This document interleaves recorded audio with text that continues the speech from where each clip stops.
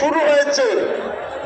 মুখরিক বললেন, এটা হাদিস শরীফে আছে, ওগো দয়ার নবী, আমি যদি মারা যাই তা আমার 7টি খেজুরের বাগান আছে, এই 7টি খেজুরের বাগান দয়ার নবীর উপরে আমি দিয়ে গেলাম, ওয়াকফ করে গেলাম।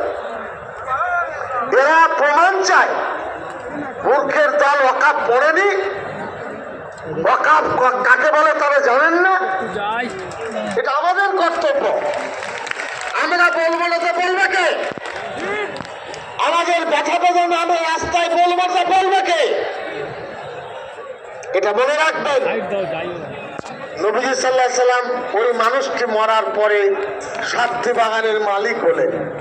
এই 7টি बागान रसूल मकबूल सल्लल्लाहु अलैहि वसल्लम मिल्लत के लिए, मुसलमानों के लिए वक्फ कर दिया। ये सबूत है।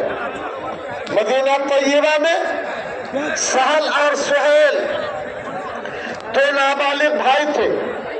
आका दो जहां को पसंद आया क्या मस्जिद बननी चाहिए।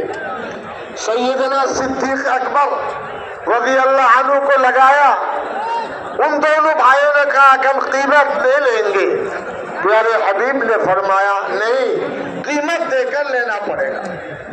उस जमाने का 10 दिरहम दे करके ये जमीन खरीदी गई, जो आज मस्जिद नबवी में अल्लाह के लिए वक्फ है। ऐसा नहीं क्या